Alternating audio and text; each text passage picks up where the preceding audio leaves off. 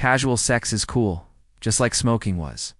Smoking was once the symbol of confidence, freedom, allure. It was effortless. It was everywhere. It's cool until it wasn't. What stripped smoking of its glamour wasn't a moral shift. It was a medical one. The data spoke. The lungs blackened. The bodies decayed. What once shimmered on screen soon coughed in silence. No longer seductive, just deadly. It is not values, but risk that deconstructs illusion. Casual sex occupies the same pedestal today. It is branded as cool, as modern, as liberation incarnate. But beneath the surface lies a quiet violence, the kind wrapped not in shame, but in infection. The only thing that made smoking bad was the health risk. Not the act, not the attitude, not the image, just the truth of disease. Cancer made it ugly. Emphysema made it sobering. That is what changed public perception. And yet, despite undeniable parallels, casual sex, particularly in its unprotected, unexamined form, has not yet undergone the same reckoning. The risks are no less severe. HPV can cause cancer. HIV is still incurable. Herpes is lifelong. Chlamydia and gonorrhea can damage fertility. And these aren't just numbers on pamphlets. They are realities passed in moments of impulse, often without a name exchanged. The harm is not just physical. The psychological toll is less visible, but equally profound.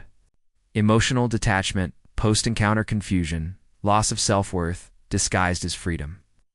It pretends to empower, but it often fragments. The mind, too, pays a price for mistaking novelty for connection. It is not the idea of sex that demands scrutiny. It is the casualness, because sex is not casual. Its consequences aren't casual. Disease is not casual.